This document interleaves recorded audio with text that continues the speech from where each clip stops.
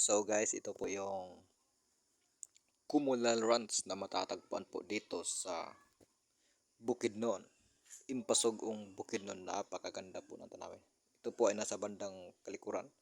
Tapos dito mo rin po matatagpuan yung ilog na makikita niyo po ngayon. Na napakaganda po talaga.